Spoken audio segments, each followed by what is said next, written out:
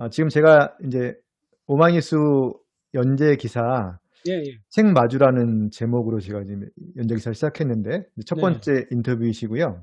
아유, 그래요. 아유, 예, 영광입니다. 예, 아유, 예, 감사합니다.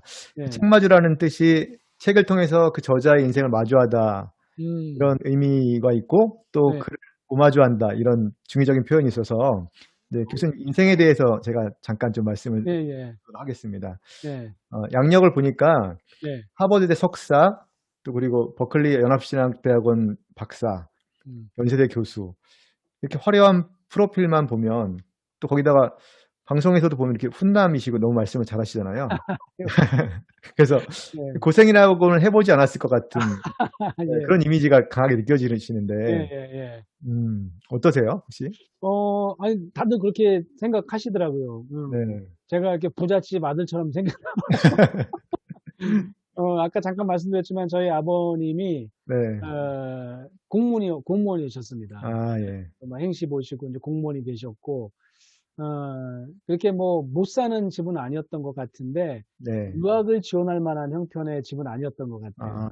예, 그래서 제가 늘 여성들에게, 저희 아내에게, 또 제 여동생에게 잘하려고 하는 이유 중에 하나가, 네, 우리 아버지 세대가, 뭐 그 세대에 제가 덕을 본 거죠. 야, 그래도 유학을 한 놈은 가야 되는데, 딸은 못 네, 보내겠다. 응? 네, 아들 네가 가라. 제가 공부를 훨씬 더 못했는데도. 네, 네, 저희 여동생도 대학 교수인데, 훨씬 더 그래 공부를 잘했는데, 겨우 이제 아, 국내에서 박사학위를 받아서 이제 티칭을 하는데, 네, 저는 유학을 가겠다고 하니까 한 놈밖에는 못 보낸다. 예, 그게 아, 좀 거였고요. 또 저희 때는 뭐 아버지가 보낸다고 하더라도 그래도 뭐 한 달에 한 돈 100만 원 이상씩은 보내셨던 것 같아요. 근데 네, 그걸로는 뭐 어, 생활비도 채 안 되고 학비는 또 더 많고 하니까 다 네, 일을 했어요. 음, 일을 했고 저는 이제 그 일식집에서 딜리버리를 했어요. 이렇게 음식을 배달하는 일을 했어요. 진짜요? 그러니까 뭐 일주일에 4원 했는데 너무 재밌게 했어요. 저는 스시를 아, 그때 좋아하게 된 것 같아요. 스시 이렇게 뭐 너 먹을래? 뭐 튀김도 식으면 안 되니까 야, 너 먹어라. 이씨 해놨는데 뭐 다 안 팔렸다 뭐 이런 거죠. 네, 아이스크림도 계속 퍼먹고 그런 재미로 열심히 살았던 것 같은데 음, 또 한편으로는 저희 아내한테 너무 미안한 게 저희 아내는 이제 석사를 마친 다음에 박사를 저는 가야 된다고 생각을 했고 그러니까 네, 아내가 스스로 못 하겠다고 하더라고요. 음, 그래서 지금도 희생하신 거네요, 한편으로. 그렇죠. 양보한 거고, 뭐, 네, 그래 달라고 부탁은 안 했지만, 당신이 음, 잘 돼야 된다라고 해서, 저희 음, 아내는 뭐 예술을 했기 때문에 다행히, 네, 뭐, 박사를 꼭 안 해도 된다고 본인은 얘기를 하면서, 음, 그때부터 제 뒷바라지를 또 했어요. 그래서 아, 아까 하버드 잠깐 얘기하셨는데, 하버드에서 제가 두 번째 석사를 했는데, 그땐 네, 장학금이 많이 안 나온 거예요. 음, 근데 예일대학교가 또 됐어요. 예, 그래서 예일대학교에서 장학금이 꽤 많이 나와서 그걸 들고 제가 하버드를 찾아갔어요. 음, 이만큼은 아니더라도 나 예일로 갈 수도 있는데 좀 아, 장학금을 주면 안 되겠냐. 딜을 하신 거네요? 그랬더니 그냥 예일 가라 그러더라고요. 정말, 근데 제가 보스턴에 살고 있었기 때문에 예일 가려면 이사 비용이 더 들고 또 집 구해야 네, 되고 그래서 아니 그 생돈 깨지게 생겨요. 장학금을 안 주니까. 그러니까 진짜 고생을 많이 했는데 그때 이제 아내가 네, 비디오 가게에서 이제 그때 이제 그 식품점에서 이제 비디오 빌려서 보고 이랬는데 음, 하루 종일 비디오를 감고 이제 비디오 빌려주는 그런 점원을 했습니다. 그때 예, 생각하면 참 그러니까 우리가 참 지금은 유학 가서 이렇게 일하는 친구들이 뭐 일도 못하지만 우리는 이제 한인 가게 같은 데 가서 일을 한 거죠. 한인이 네, 하는 식당에서 제가 일을 하고 한인이 하는 식료품 가게에서 저희 아내가 일을 하고 그래서 나름대로는 뭐 열심히 살고 고생하면서 살았던 것 같아요. 근데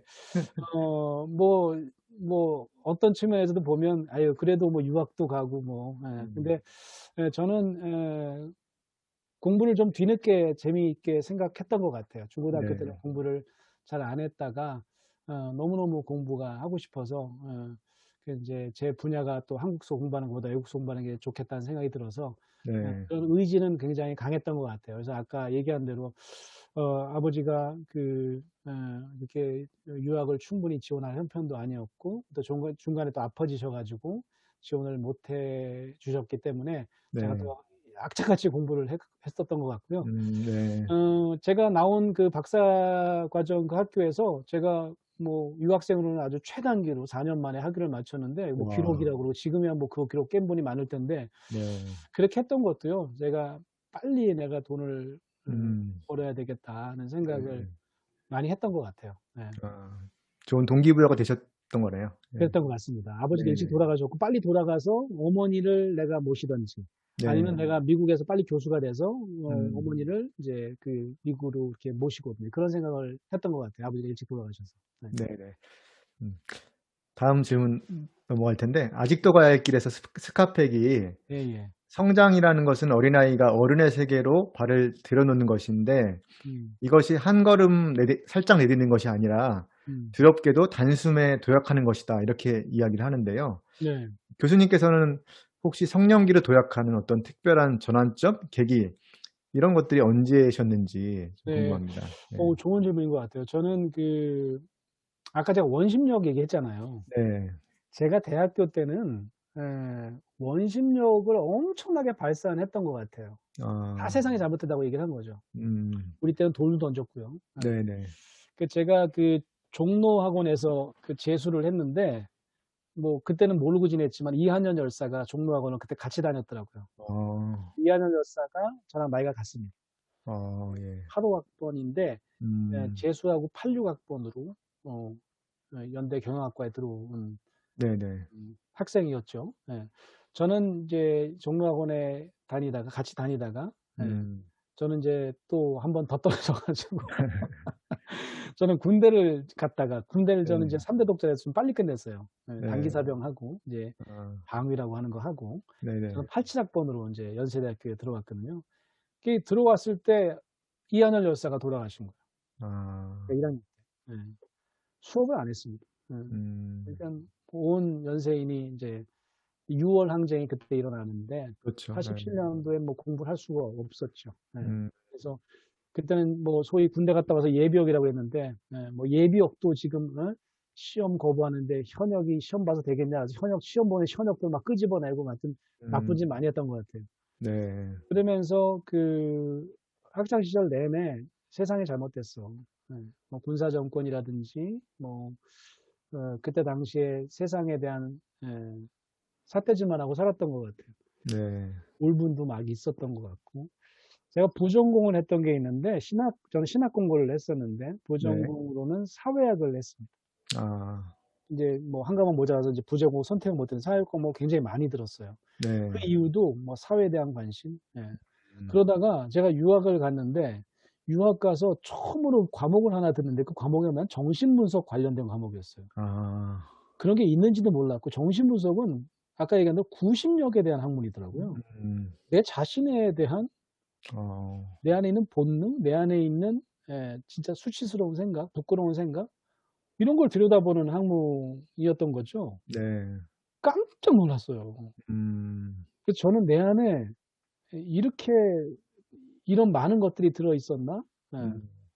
그런 것에 대해서 이런 여러 가지 사건들이 있는데 네. 첫 번째로는 뭐 알고 보니까 막 이렇게 누군가 미워하잖아요, 제가. 네. 같이 공부하는 룸메이트인데 일본 애인 거예요. 어.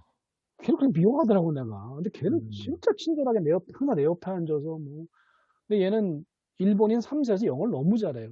그러니까 처음엔 내가 얘가 영어를 너무 잘해서 내가 질투가 나서 그러나 속으로는 음. 그랬죠. 민족적인 한일 뭐 우리가 감정이 있어. 얘는 한국과 일본이 그런 일이 있었는지도 잘 몰라. 예. 네.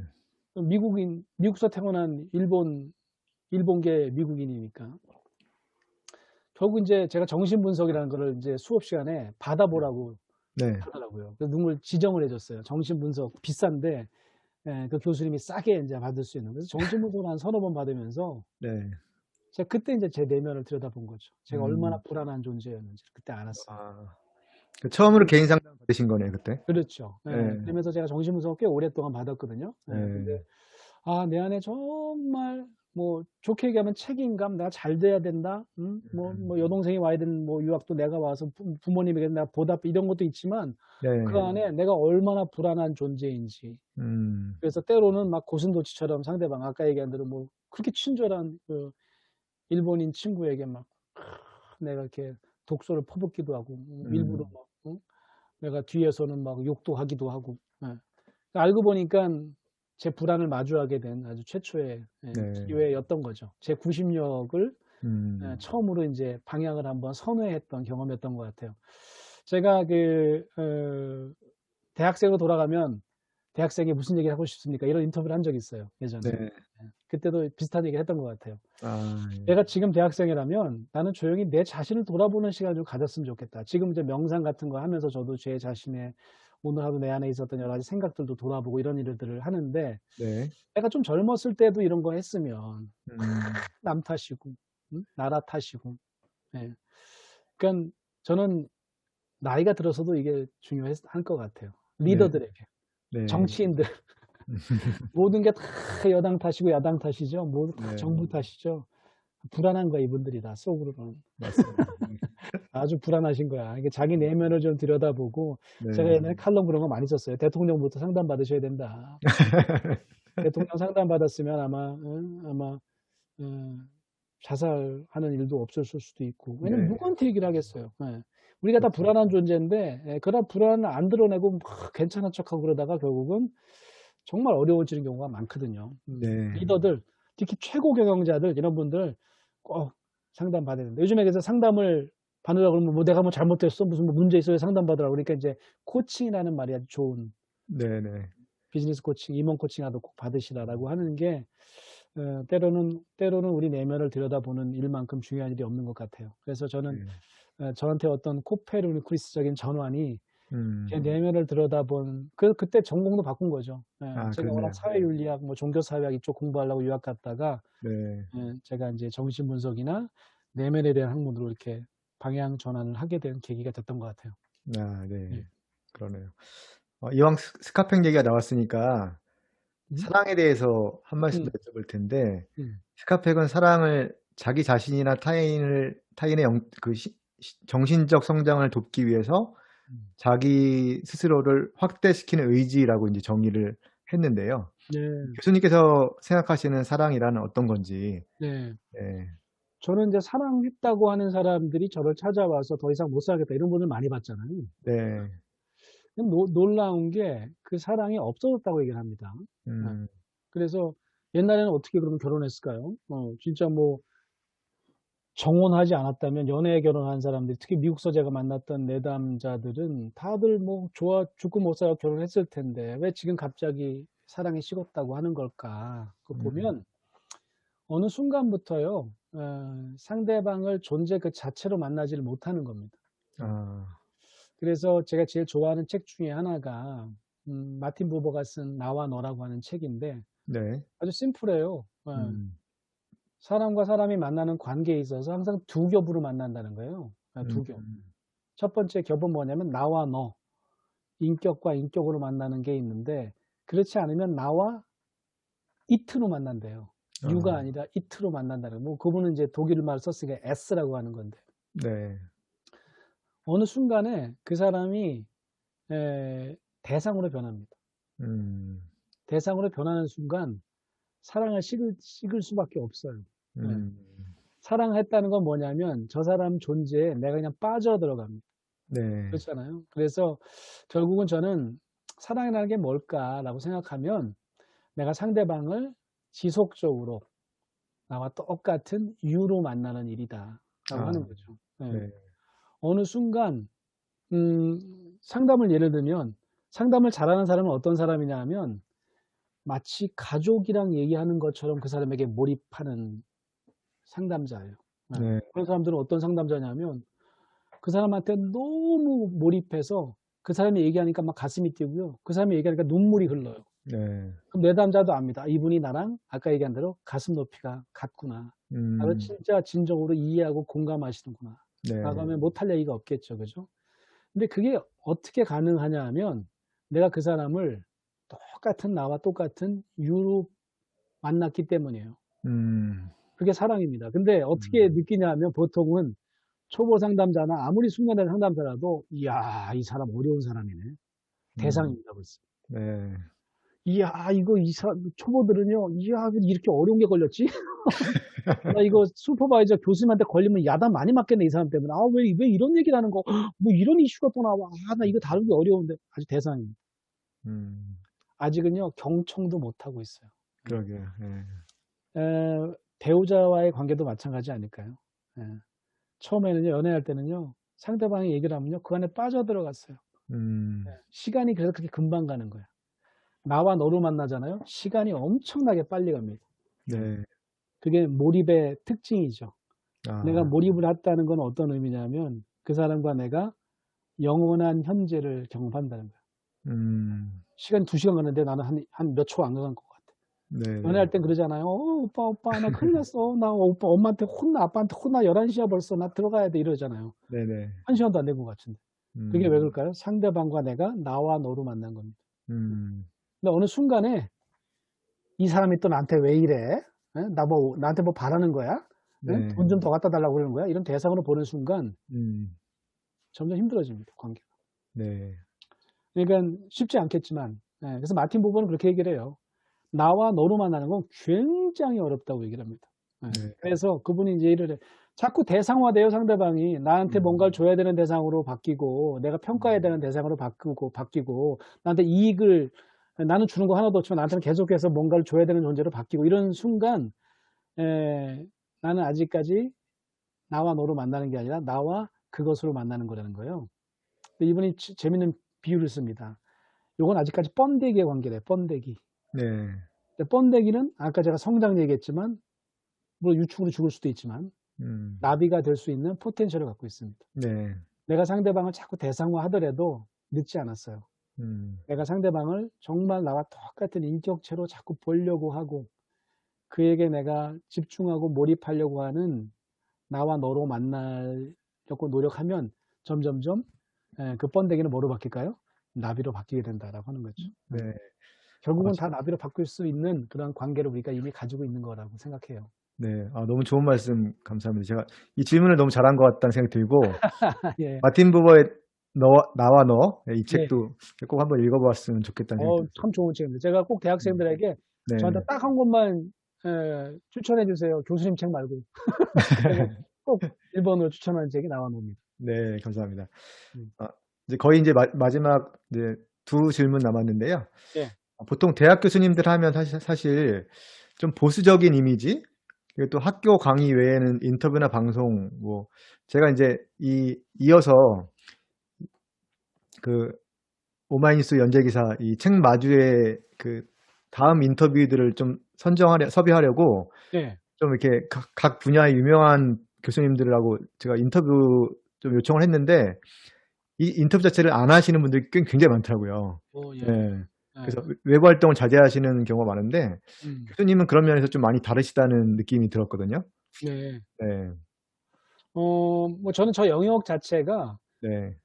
상담 영역이 굉장히 그 외부로 잘 안 알려져 있는 영역이에요. 그래서 네. 상담을 한다 그러면 다 정신과 의사 선생님들이 한다고 생각을 음, 하고, 그렇죠. 그래서 또 상담 영역에 계신 분들도 되게 다양합니다. 그래서 심리학 전공하신 분도 계시고, 네. 교육학에서 상담하신 분도 계시고, 제 음, 소속 대학에서는 뭐 아동가족학과에서 상담학 전공 교수님 계시고, 또 네. 신학대학원에도 저처럼 상담학 교수가 있는데, 상담학 분야가 그래서 국가 자격증이 없습니다. 현재도 민간 네. 자격증밖에 없어서, 네.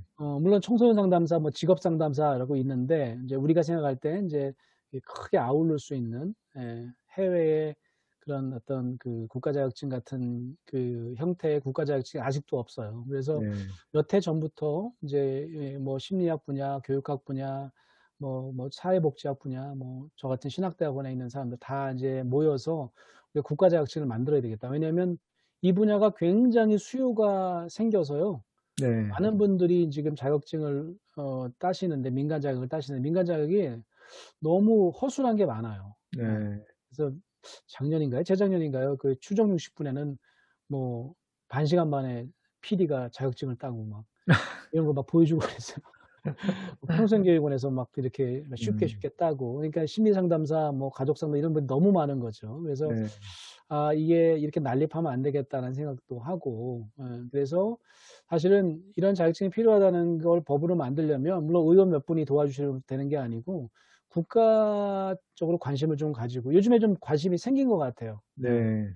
그래서 저는 이제 저 같은 사람이 좀 우리 분야를 대변해서 음. 이야기도 좀 해야 되고, 네. 왜냐면 상담하면 다 정신과 의사 선생님들이 음. 우리가 아는 그런 소위 공중파 그런 분들은 전부 다 의사 선생님들이거든요. 물론 의사 그쵸, 그쵸. 선생님들이 뭐 중요한 역할을 하시지만 네. 우리 분야 분들은 아까 말씀하신 것처럼 다 학교에만 계시고 워낙 또 바쁘셔 상담하는 분들이 뭐 맞아요. 슈퍼비전 하느라고 바쁘고 뭐 네. 임상 훈련 시키시느라 바쁘고 그러니까 외부 활동을 못 하시는 경우도 많고 네. 그래서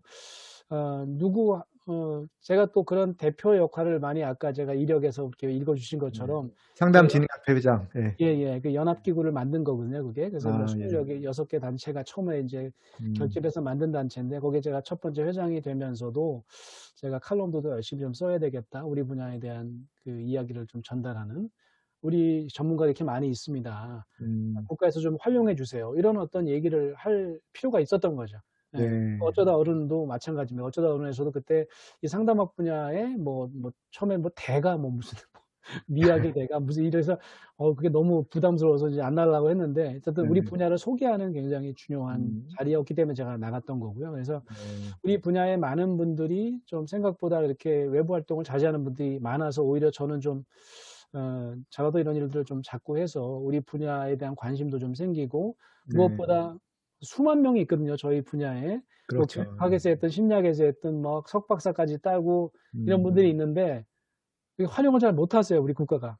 네. 그래서 트라우마 센터가 생긴 다음에도 세월호 때 온마음 센터가 생겼을 때도 아쉽게도 뭐 센터장님은 당연히 정신과 의사 선생님이 하셨고 보건복지부 국가 자격을 갖고 있는 임상 심리사, 간호사, 네. 사회복지사는 이제 직원으로 채용이 됐는데 상담사는 심리 상담사는 한 명도 채용이 될 수가 없었어요. 아, 국가 예. 자격증이 네. 아니고 또 네. 그런 보건복지부가 관리하는 전문 요원이 아니라는 이유 때문에. 그래서 인제 우리가 어.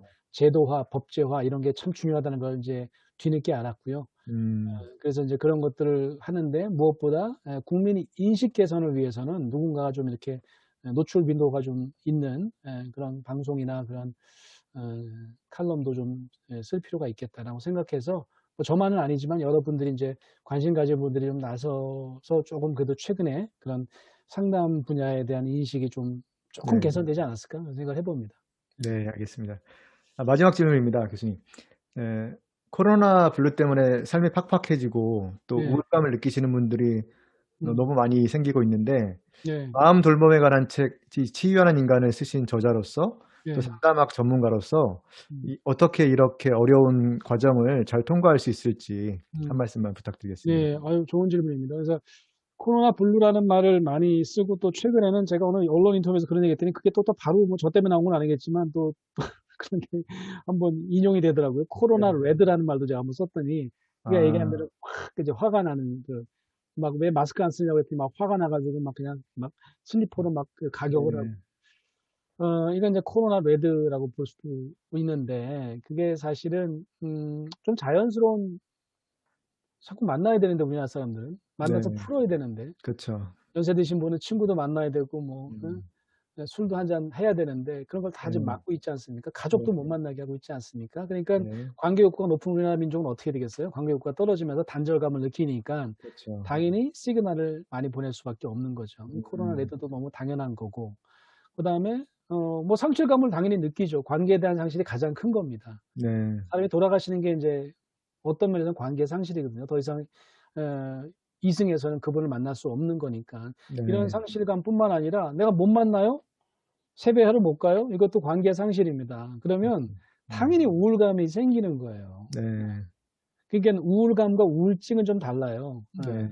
그냥 우울증이라 그러면 이건 무조건 약 먹어야 되고 이제 자살로 가는 무서운 병이다라고만 생각하시는데 감기 음. 생각하시면 돼요, 감기. 네. 감기가 무서운 병이긴 하지만 어떤 분에게 무섭냐 하면 폐렴으로 갈 수 있는 연세 드신 분들이. 네. 왜냐면 이 건강 상태가 면역 상태가 떨어져 있는 상태거든요. 그러니까 네. 병원에 있는 분이에요. 폐렴으로 돌아가십니다. 네. 근데 일반인들에게는 저랑 기자님에게는 감기 걸렸다고 죽는다고는 안 그래요. 그쵸. 그 대신 알아야 될 게 있어요. '아 면역 상태가 떨어졌구나. 내가 네. 면역 상태가 좋은 상태면 이거 갖고 내가 콧물 질질 흘리지 않을 텐데 내가 이렇게 골치 아프고 막 몸살이 오는 거는 이유가 네. 있는 거죠. 내 몸 상태가 좀 다운됐다. 이럴 때 어떻게 하라고 그러냐면 푹 쉬라고 그래요. 네. 정답입니다. 밥 잘 먹고 잠 잘 자래요. 음. 그래서 감기약 먹었더니 좋아지는 것 같은데 감기약 먹으면 2주 만에 낫고 안 먹으면 14일 만에 낫는다고요. 네. 똑같아. 그렇게 몸 상태가 회복됐기 때문에 낫는 거잖아요. 그죠? 그렇죠. 그러면 우울감도요. 이렇게 얘기를 합니다. 영혼의 감기 이렇게 얘기를 합니다. 아, 네. 심리적으로 감기에 든 거예요. 네. 그러면 죽을 거라고 생각하지 마시고요. 예. 내가 뭐냐면 면역 상태, 심리적 면역 상태 다운된 거예요. 음. 어떻게 회복하느냐 하면 아까 얘기한 대로 연대감이 회복시켜줘요. 네. 누군가와 연결하고 음. 이럴 때일수록 그래서 요즘 너무너무 좋은 것 중에 하나가 술을 못 마시니까 젊은 세대들이 랜선으로 술 파티를 하더라고요. 각자의 자리에서. 그렇죠. 너무 좋아. 취하면 바로 자면 되고. 네. 그래서 그런 거라도 하면 너무 좋아요. 왜냐하면 음. 연대감을 느낄 수 있기 때문에 내 네. 심리적인 면역 상태가 올라갑니다. 우울감이 그냥 우울감으로 끝날 수 있어요. 네. 심한 폐렴으로 안 갈 수 있다라고 하는 거죠. 음. 그래서 우리가 그냥 받아들이는 게 되게 중요할 것 같고요. 우리가 지금 화가 나는 거, 우울해지는 거 너무 당연합니다. 관계 욕구가 지금 자꾸 좌절되는 경험을 하고 있어요. 하지만 네. 우리가 여전히 좀 다른 방식으로 다른 차원의 연결감을 느낄 수 있는 방식을 찾아낸다면 네. 우리 민족은 분명히 코로나 블루, 코로나 레드를 극복할 수 있는 그런 치유하는 인간이라고 저는 생각합니다. 네, 감사합니다. 예. 굉장히 긴 시간 동안 너무 인터뷰에 응해주셔서 감사드리고요. 제가 사실 예. 인터뷰하면서 너무 좋은 말씀 많이 들어서 저 예. 스스로도 굉장히 유익한 시간이었던 것 같습니다. 아유, 감사합니다. 네, 감사합니다. 그 다음에 혹시 기회가 되면 다음번에는 이렇게 대면으로 만나서 한번 인터뷰 하고 싶고요. 예. 네, 건강하시기 바랍니다. 감사합니다, 교수님. 초대해 주셔서 감사합니다. 네, 감사합니다. 네.